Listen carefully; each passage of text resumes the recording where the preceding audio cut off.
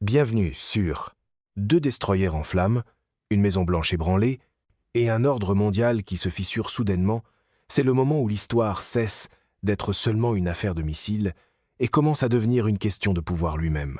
L'Iran vient d'attaquer deux destroyers américains avec 200 drones artisanaux et 50 missiles hypersoniques russes. Deux des navires de guerre les plus avancés de la marine américaine sont maintenant enveloppés de fumée et luttent pour leur survie dans le Golfe. Je veux dire, c'est quoi ça? Trump a passé des années à se vanter qu'il écraserait l'Iran, que personne n'oserait toucher à l'Amérique sous sa surveillance. Apparemment, la paix par la force sonne beaucoup plus proprement sur une scène de campagne que dans une salle de commandement remplie de fumée. Et maintenant, il regarde ses propres navires se faire submerger par des drones iraniens bon marché et des armes hypersoniques russes que les systèmes de défense américains n'ont apparemment pas réussi à arrêter. Où est la plus grande armée du monde en ce moment? Où sont passés tous ces discours de dur? Selon des rapports, les destroyers ont été directement touchés. Des ingénieurs iraniens ont construit ces drones dans leurs propres ateliers, les ont associés à la technologie hypersonique russe, et ont percé directement les défenses américaines à plusieurs milliards de dollars. Pendant ce temps, Trump est probablement quelque part en train de paniquer, de tweeter ou d'essayer de trouver comment présenter ça autrement. Israël doit être absolument terrifié en ce moment parce que si l'Iran peut faire ça à la marine américaine, qu'est-ce que cela dit de toutes ces défenses invincibles dont il se vante constamment avec notre argent public? Ce n'est pas seulement une autre escarmouche, on dirait un tournant. Comment un pays soumis à de lourdes sanctions a-t-il réussi à faire ça? À quel point la coopération secrète entre l'Iran et la Russie est-elle avancée? Et surtout, qu'est-ce que Trump va faire maintenant que son bluff a été exposé aussi publiquement? Par où commencer, franchement? Quelques heures seulement après ce soi-disant cessez-le-feu, l'Iran n'a pas hésité. Ils sont allés droit à la gorge. Deux destroyers de la marine américaine, des navires de guerre avancés de classe Arleigh Burke, remplis de systèmes radars et de systèmes de missiles parmi les plus récents, valant des millions de dollars, se sont fait marteler dans le Golfe.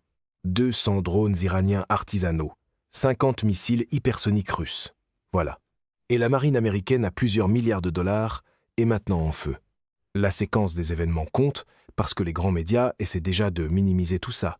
Ça a commencé vers 2h17 du matin, heure locale. La première vague était composée de plus d'une centaine de drones bon marché et lents lancés depuis la côte iranienne. Rien de sophistiqué, seulement des drones de style Shahed modifiés que l'Iran fabrique dans des usines souterraines. Ils ont volé à basse altitude, en essai massif, le genre de tactique que la Russie a perfectionné en Ukraine. Les destroyers américains ont activé leur système radar Aegis. Les canons CIWS, les systèmes d'armes rapprochés, ont commencé à tourner. N'importe qui aurait pensé que ce serait suffisant pour deux des navires les mieux protégés de la flotte. Faux. Pendant que les équipages américains étaient occupés à abattre ces drones lents, le vrai coup est arrivé, 50 missiles hypersoniques, de conception russe, lancés par l'Iran. Ces engins se déplacent entre Mach 6 et Mach 8. Ils manœuvrent de façon folle. Ils ne volent pas en ligne droite. Une seconde, ils apparaissent sur le radar. La seconde suivante, ils ont déjà changé de direction. La marine américaine a à peine eu le temps de réagir. Des témoignages et des images satellites montrent au moins 7 impacts directs sur le premier destroyer. Le deuxième a subi 4 impacts confirmés. Des incendies se sont déclarés sur les deux navires. Les équipages luttent encore pour maîtriser les dégâts au moment où je parle. Voici ce qui me frappe. L'Iran n'a même pas utilisé son meilleur équipement. Il s'agissait de drones artisanaux combinés à une technologie hypersonique russe qu'ils maîtrisent clairement. Pas de bombardiers furtifs sophistiqués, pas de chasseurs de 5e génération, seulement des drones et des missiles. Et ça a fonctionné. Où était la fameuse défense de la marine américaine? Où était cette protection invincible dont Trump se vante toujours? Le slogan avait l'air à l'épreuve des balles, jusqu'à ce que les missiles arrivent et demandent les détails techniques. Le même système, censé protéger les porte-avions, n'a même pas pu protéger 2 destroyers. Ce n'était pas un coup chanceux. C'était une attaque en essaim calculé, bien coordonnée. Elle a submergé le système par la quantité et la vitesse, du matériel bon marché mélangé à des missiles russes de haute technologie, une guerre asymétrique classique, et elle vient d'humilier l'armée la plus coûteuse de la planète. Israël doit être en sueur froide en ce moment. Parce que si l'Iran peut percer aussi facilement les défenses des destroyers américains, que se passe-t-il lorsque ces mêmes missiles commencent à voler vers Tel Aviv ou Dimona? tous ces milliards que l'Amérique verse dans le dôme de fer ne paraissent soudainement plus aussi impressionnants. Trump avait promis la paix par la force. Il disait que l'Iran n'oserait plus jamais défier les États-Unis. Et pourtant, nous voilà, avec des marins américains qui combattent des incendies sur des navires en flammes, pendant que Trump est probablement enfermé quelque part dans une pièce, à essayer de trouver son prochain tweet. Rien ne dit mieux profondeur stratégique que d'essayer de faire entrer un effondrement géopolitique dans un seul message furieux. Cette attaque n'était pas aléatoire, c'était un message direct. L'Iran montrait que, si l'Amérique veut les menacer, l'Iran peut atteindre les navires américains, atteindre les bases américaines, et n'a pas besoin de la permission américaine. Des rapports confirment que l'opération portait un nom ressemblant à True Promise 3, une claire continuation de leur frappe précédente, mais cette fois beaucoup plus audacieuse. Les drones ont servi d'appât. Les missiles hypersoniques ont livré le coup de grâce. Exécution parfaite. Et la partie la plus embarrassante, c'est que les États-Unis n'ont pas pu abattre la plupart de ces missiles hypersoniques. Des sources du Pentagone essaient déjà de présenter ça comme des dégâts limités. Mais soyons sérieux, nous avons tous vu la fumée. Voilà ce qui arrive quand un pays sanctionné construit ses propres armes, s'allie à la Russie et décide qu'il en a assez de se faire intimider. La question est de savoir comment la plus grande armée de l'histoire peut perdre le contrôle comme ça. Comment Trump explique-t-il 2 destroyers en flammes au peuple américain? Waouh, juste waouh. Soyons honnêtes une seconde. Comment diable l'Iran a-t-il réussi ça? 200 drones artisanaux et 50 missiles hypersoniques russes viennent de démolir 2 des destroyers les plus avancés de l'Amérique. Ce n'est pas de la science-fiction, c'est en train d'arriver maintenant. D'abord, ces 200 drones iraniens. Certains les appellent artisanaux comme si c'était une mauvaise chose, mais ce ne sont pas des jouets sortis d'un garage. L'Iran construit et améliore des drones Shahed depuis des années dans des usines souterraines sous de lourdes sanctions. Ils sont bon marché, peu, être de 20 000 à 30 000 $ chacun. Assez bon marché pour en fabriquer des milliers. Ils volent bas, lentement au début, puis accélèrent soudainement. Ils foncent en essaim comme des abeilles furieuses. Le système Aegis de la marine américaine et les canons CIWS sont complètement submergés. Pendant que les destroyers sont occupés à abattre des dizaines de drones bon marché, ils brûlent des missiles, des munitions coûteux. Puis les vrais tueurs arrivent. C'est à ce moment-là que les 50 missiles hypersoniques russes sont entrés en jeu. Ces engins sont à un autre niveau. Mach 6 à Mach 8, c'est environ 5 à 8 fois la vitesse du son. Ils ne volent pas droit. Ils zigzaguent, ils plongent, ils changent de direction à la dernière seconde. Les systèmes radars américains ont été conçus pour des menaces prévisibles. Pas pour ça. La Russie a partagé la technologie. L'Iran ne l'a pas simplement copiée. Ils ont appris à les lancer et à les guider. Pensez-y. Un pays que l'Amérique essaie d'isoler depuis des décennies vient d'utiliser la technologie hypersonique russe comme si c'était la sienne. Et ça a fonctionné parfaitement. Les drones ont servi de leurre. Ils ont forcé les navires américains à révéler leur position et à épuiser leur défense. Ensuite, les missiles hypersoniques ont percé directement. Impact direct, incendie, chaos. Maintenant, comparez cela à ce que l'Amérique et Israël possèdent. Les États-Unis dépensent des milliards pour des avions F-35 qui ont encore des problèmes logiciels. Ils dépensent des centaines de millions pour chaque destroyer.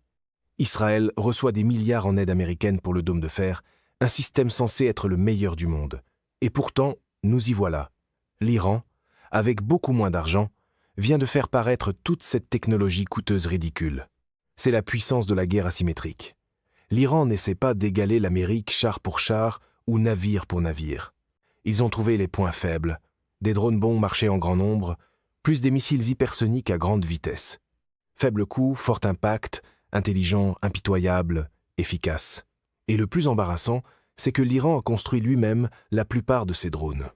Malgré les sanctions, malgré les menaces constantes, malgré les bombardements israéliens et américains contre leurs installations, ils ont continué. Ils ont innové. Ils ont reçu de l'aide de la Russie, oui. Mais ils ne l'ont pas quémandé comme Israël quémande l'argent américain chaque année. Cette attaque prouve quelque chose d'énorme. La technologie entre de bonnes mains bat l'argent entre de mauvaises mains. La Russie doit sourire en ce moment. Ces armes hypersoniques viennent d'obtenir une preuve de combat réelle contre la marine américaine. La Chine prend probablement des notes, elle aussi. Et la Corée du Nord observe attentivement. Trump riait autrefois de l'armée iranienne. Il les traitait de faibles. Il disait que leur équipement était vieux et brisé. Comment ça se passe maintenant, Donald? Ces destroyers en flammes sont la réponse. Il s'avère que qualifier quelque chose de faible ne rend pas automatiquement votre radar plus puissant. Ce n'était pas de la chance, c'était de la préparation. Des années de développement de programmes nationaux de missiles et de drones, pendant que l'Amérique était occupée à mener des guerres sans fin et à imprimer de l'argent. L'Iran vient de montrer au monde qu'une nation déterminée avec des alliés intelligents peut défier la soi-disant superpuissance et gagner la première manche. Alors voici la grande question. Si l'Iran peut faire ça aujourd'hui avec des drones artisanaux et des missiles hypersoniques russes, de quoi sera-t-il capable dans 6 mois ou dans 1 an? L'Amérique n'a toujours pas de bonne réponse aux armes hypersoniques. Elle en parle depuis des années, mais elle n'a toujours pas de défense fiable. C'est pour ça que Trump panique. Cette attaque a exposé les limites de la technologie militaire américaine. Tous les systèmes sophistiqués, tous les milliards dépensés, n'ont pas pu arrêter un essaim de drones bon marché et de missiles russes rapides. Et c'est terrifiant pour Washington, parce que si cela peut arriver dans le Golfe, cela peut arriver n'importe où. Franchement, je n'arrive même pas à croire ce que je vois en ce moment. Trump, le gars qui répétait sans cesse « J'ai rendu l'armée plus forte que jamais » est complètement en train de perdre pied. 2 destroyers américains en feu, et le soi-disant dirigeant le plus fort de l'Amérique ne sait pas quoi faire. D'abord, il est resté silencieux pendant des heures. Pas de déclaration, pas de conférence de presse, seulement un silence radio. Puis les tweets ont commencé, et ils sentent la panique pure. Il a écrit quelque chose comme « L'Iran paiera un prix très lourd, et c'est la faute de Biden. Même s'il est au pouvoir depuis des mois, c'est du Trump classique. Quand les choses tournent mal, c'est toujours la faute de quelqu'un d'autre. La responsabilité a apparemment une adresse de réexpédition permanente. Mais voici la vérité. Il panique. Des sources proches de la Maison-Blanche disent qu'il crie après les généraux, exige des options, puis les rejette parce qu'il ne veut pas d'une autre guerre juste avant les élections de mi-mandat. Où sont les porte-avions, ces immenses forteresses flottantes dont Trump adore se vanter? L'USS Abraham Lincoln est à des centaines de kilomètres. Les autres sont encore bien à l'abri au port, ou trop loin pour réagir rapidement. Pourquoi? Parce qu'ils ont peur. Peur que s'ils s'approchent, l'Iran les frappe aussi avec les mêmes missiles hypersoniques. C'est la plus grande marine du monde, en train de se cacher. Les responsables du Pentagone essaient fort de faire tourner l'histoire. Ils parlent de dégâts limités, et ils disent que nous surveillons la situation. Surveillez, vos navires brûlent, et vous surveillez. C'est le genre de langage de salle de presse qu'on utilise quand les faits parlent déjà plus fort que le micro. C'est la même armée qui a dépensé des milliers de milliards en Irak et en Afghanistan. Et maintenant, 2 attaques iraniennes bon marché les ont secoués. Et Israël, oh mon Dieu, c'est encore pire. Netanyahou a immédiatement appelé Trump pour demander plus d'armes, plus d'argent, plus de protection. Leur dôme de fer invincible ne paraît soudainement plus si invincible.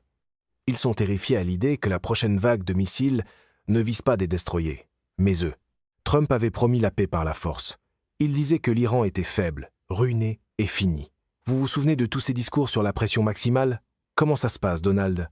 La pression maximale a en quelque sorte produit un retour de flamme maximal, mais cette partie-là ne tient jamais sur la bannière d'un rassemblement. Maintenant, l'Amérique est exposée. Le monde regarde les États-Unis se faire humilier par un pays qu'il sanctionne depuis 40 ans. Le vrai problème, c'est que Trump n'a aucune bonne option. S'il riposte durement, l'Iran peut fermer le détroit d'Ormuz et les prix du pétrole vont exploser. Les Américains le sentiront à la pompe. S'il ne fait rien, il paraît faible. Sa base se retournera contre lui. S'il envoie plus de navires, ils pourraient être touchés eux aussi. Il est piégé, et il le sait. Voilà ce qui arrive quand on surestime sa propre puissance et qu'on sous-estime son ennemi. Trump pensait que les sanctions et les discours musclés briseraient l'Iran. Au lieu de cela, l'Iran est devenu plus fort, plus intelligent et plus déterminé. Pendant ce temps, les contribuables américains paient la facture pour des destroyers endommagés qui coûtent plus de 2 milliards de dollars chacun. 2 milliards de dollars endommagés par des drones qui coûtent moins cher qu'une voiture de luxe. Qu'est-ce que ça vous fait? L'Empire montre des fissures. La nation indispensable devient soudainement très dispensable. Les Alliés remettent en question la protection américaine.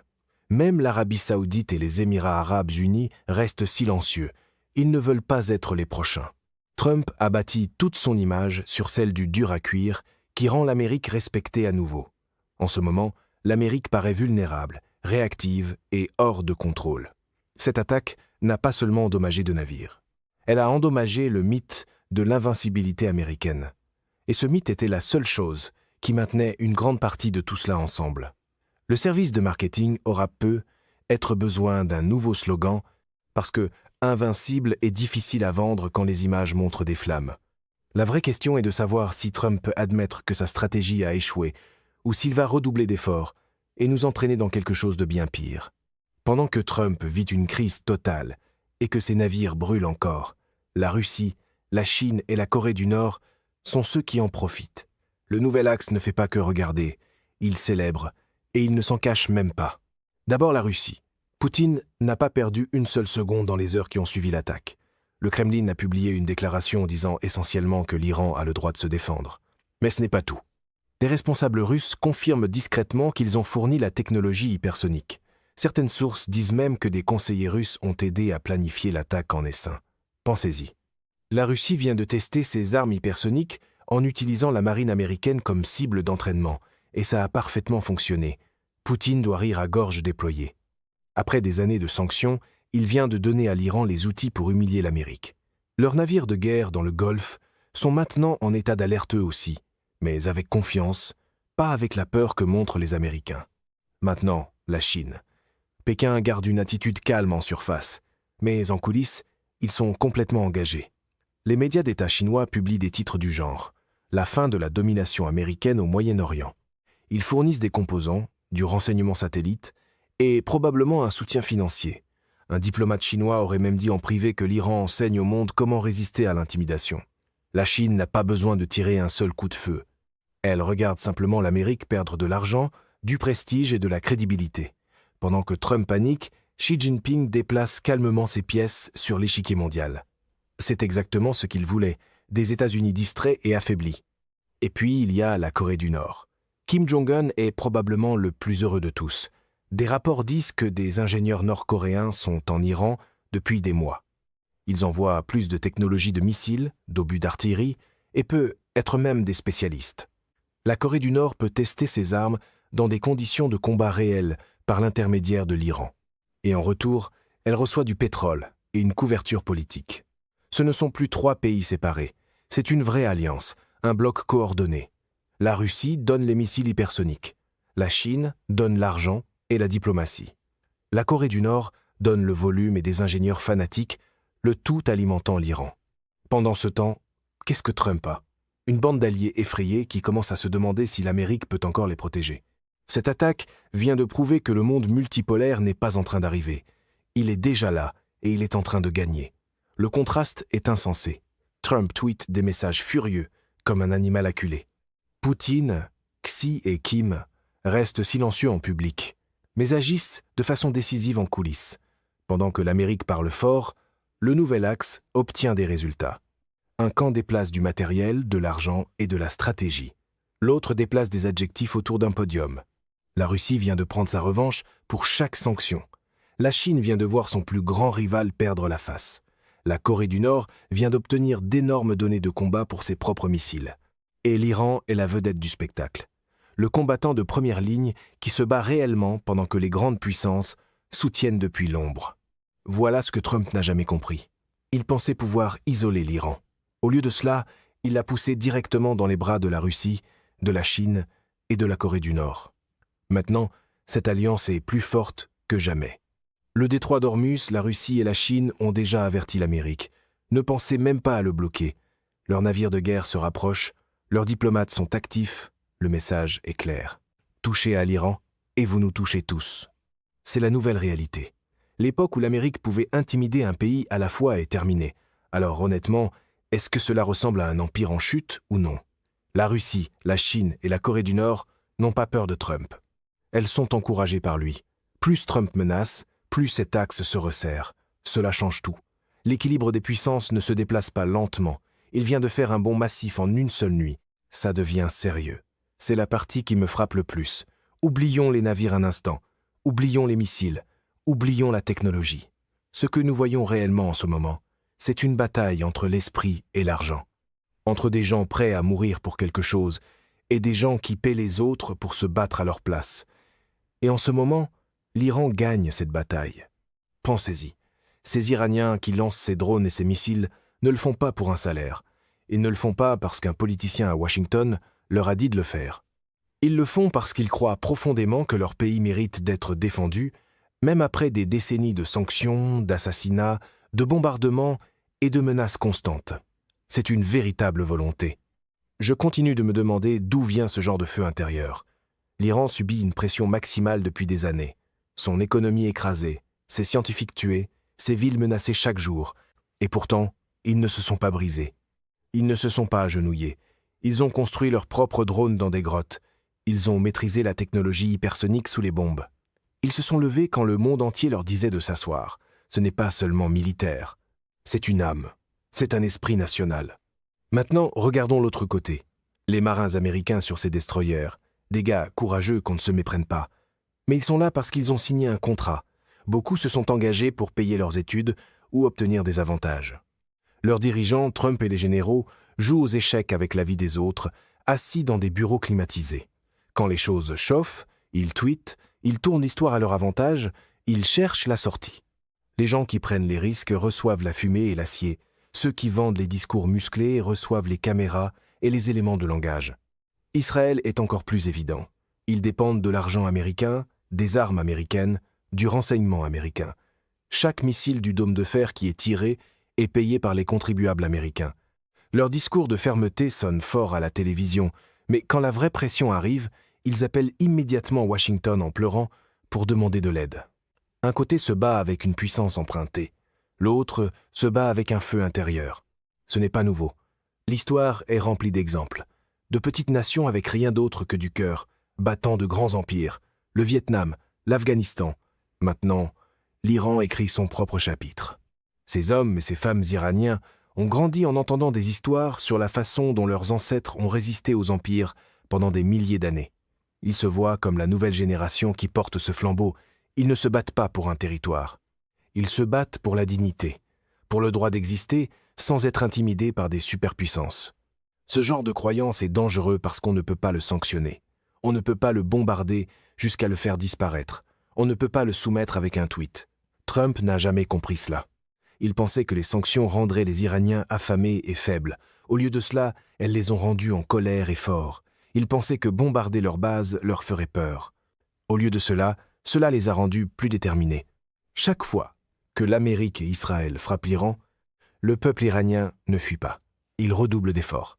Ils donnent à leurs missiles le nom de martyrs. Ils nomment leurs opérations True Promise. Ce n'est pas du marketing, c'est une identité. Comparez cela au côté américain. En ce moment, les chiffres de recrutement sont en baisse. Les anciens combattants sont désillusionnés. Les jeunes ne veulent pas mourir dans une autre guerre au Moyen-Orient pour que des milliardaires puissent protéger leurs intérêts pétroliers. L'esprit s'efface. Ils ont le matériel, mais ils perdent le cœur. Israël est dans une position encore pire. Sa société est profondément divisée. Beaucoup d'Israéliens remettent en question les guerres sans fin. Leurs dirigeants promettent sans cesse une victoire totale, mais ne peuvent jamais la livrer, parce qu'au fond, ils savent qu'ils ne se battent pas pour leur survie. Ils se battent pour maintenir une domination, et la domination devient épuisante quand l'autre côté refuse de se soumettre. C'est pourquoi l'Iran paraît impossible à arrêter en ce moment. Ils ont quelque chose que l'Occident a perdu depuis longtemps, une cause unificatrice, le sentiment que leur combat est juste.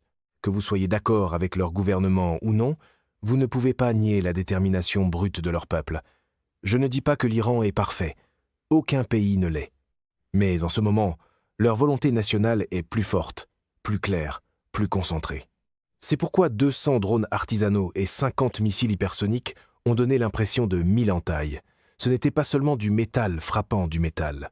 C'était un peuple qui refuse d'être brisé, montrant au monde qu'il lui reste encore de la combativité. Trump continue de les traiter de perdants. Mais qui est vraiment en train de perdre ici? Le pays qui ne peut pas protéger ses propres navires, ou le pays qui continue de construire des armes sous sanction et réussit quand même à riposter? À un certain moment, le tableau de pointage devient plus difficile à faire tourner que le discours. Ce facteur spirituel est ce que le Pentagone ne peut pas mettre dans ses feuilles de calcul. Il calcule les missiles, les portées radars, les budgets, mais il ne calcule jamais jusqu'où un homme est prêt à aller quand il croit que sa cause est juste. Et c'est pour cela qu'il continue d'être surpris. Le peuple iranien montre au monde que la souveraineté signifie encore quelque chose, qu'une nation avec de la fierté peut tenir tête aux empires, que l'argent et la technologie finissent par frapper un mur lorsqu'ils rencontrent une volonté incassable. Voilà le vrai choc des dernières 24 heures. Pas les navires en flammes, pas les défenses ratées, mais la vérité indéniable que l'esprit bat encore l'or quand les choses deviennent sérieuses. Je continue de me poser honnêtement la même question. Si quelqu'un était à la place de l'Iran, sanctionné, menacé, acculé, aurait-il le même feu? Son pays l'aurait-il? Parce que c'est ce que nous voyons, une nation qui a choisi la dignité plutôt que la soumission. Et en ce moment, ce choix porte ses fruits d'une manière que personne à Washington n'avait prévue. Cela change la façon dont les guerres futures seront menées, pas seulement avec de meilleures armes, mais avec des cœurs plus solides. Tout cela était lourd, mais c'est important. Ce que nous voyons en ce moment, ce ne sont pas seulement 2 navires en feu. C'est le moment où tout l'ordre mondial s'est fissuré grand ouvert. Je suis sérieux. Quelque chose de fondamental vient de changer. Et je ne pense pas que nous reviendrons en arrière avant des décennies. L'Amérique disait à tout le monde, « Nous sommes la nation indispensable. Nous dirigeons le monde. Suivez nos règles ou soyez écrasés hier. » L'Iran les a regardés droit dans les yeux et a dit « Non », et le monde a regardé. Ce n'est pas une attaque isolée. C'est l'arrivée officielle du monde multipolaire, la fin du moment unipolaire américain, et cela arrive plus vite que quiconque l'avait prévu. Regardez la carte en ce moment. D'un côté, il y a l'ancien ordre. L'Amérique et son fidèle partenaire, Israël, soutenu par une OTAN fatiguée qui manque de munitions et de volonté. Ils pensent encore pouvoir dicter à tous les autres comment vivre, avec qui commercer et quelles armes ils ont le droit de posséder. De l'autre côté, une vraie alliance se forme. La Russie, la Chine, l'Iran, la Corée du Nord et d'autres pays qui se joignent discrètement chaque mois. Ce n'est pas une absurdité d'axe du mal sorti de l'air Bush. C'est un bloc fonctionnel de pays qui en ont assez de demander la permission. La Russie fournit l'intelligence hypersonique. La Chine apporte l'argent, les usines et le muscle diplomatique. La Corée du Nord fournit le volume pur et le courage d'essayer. Et l'Iran? L'Iran est le guerrier de première ligne, celui qui est réellement prêt à saigner pendant que les autres le soutiennent depuis l'arrière. Ensemble, ils viennent de prouver que l'Amérique ne peut plus gagner une guerre d'attrition. Pas quand l'autre camp est prêt à endurer des sanctions pendant des décennies et à revenir en frappant fort. Toute la stratégie de Trump vient de s'effondrer en temps réel. Il pensait qu'isoler l'Iran fonctionnerait. Au lieu de cela, il a créé le partenariat anti-américain le plus solide que nous ayons vu dans l'histoire moderne. Chaque sanction, chaque assassinat, chaque menace a poussé l'Iran plus près de Moscou et de Pékin. Maintenant, les conséquences sont là. C'est la version politique étrangère de verrouiller toutes les sorties, puis de faire semblant d'être surpris quand tout le monde utilise la même porte. Le détroit d'Ormuz, ce petit passage maritime, étroit par lequel transite 20% du pétrole mondial, n'est plus sous contrôle américain. Une escalade de plus, et l'Iran peut le fermer. La Russie et la Chine ont déjà clairement indiqué qu'elles ne laisseraient pas cela se produire sans conséquences pour l'Occident. Les prix du pétrole vont bondir, l'Europe va souffrir. Les électeurs américains vont ressentir la douleur à la pompe. Et soudain, l'armée la plus puissante paraît très limitée. Voilà à quoi ressemble la multipolarité. Les pays ne craignent plus l'Amérique comme avant. L'Arabie saoudite se couvre des 2 côtés. L'Inde achète du pétrole russe. La Turquie joue sur les 2 tableaux. Même certains pays européens commencent à se demander combien de temps encore ils veulent suivre Washington dans chaque nouveau conflit. Le mythe de l'invincibilité américaine est en train de mourir dans les eaux du Golfe Persique. Israël panique le plus. Pendant des années, ils se sont cachés derrière l'idée que l'Amérique serait toujours là pour les soutenir, quoi qu'il arrive. Ce mythe se fissure lui aussi, parce que si l'Amérique ne peut même pas protéger 2 destroyers, comment est-elle censée protéger Israël dans une vraie guerre régionale? L'époque où Israël peut faire ce qu'il veut et où l'Amérique paie la facture touche à sa fin. La puissance empruntée s'épuise. Cette seule attaque de l'Iran a fait plus que simplement endommager des navires. Elle a accéléré l'histoire. Nous assistons à la transition d'un monde avec une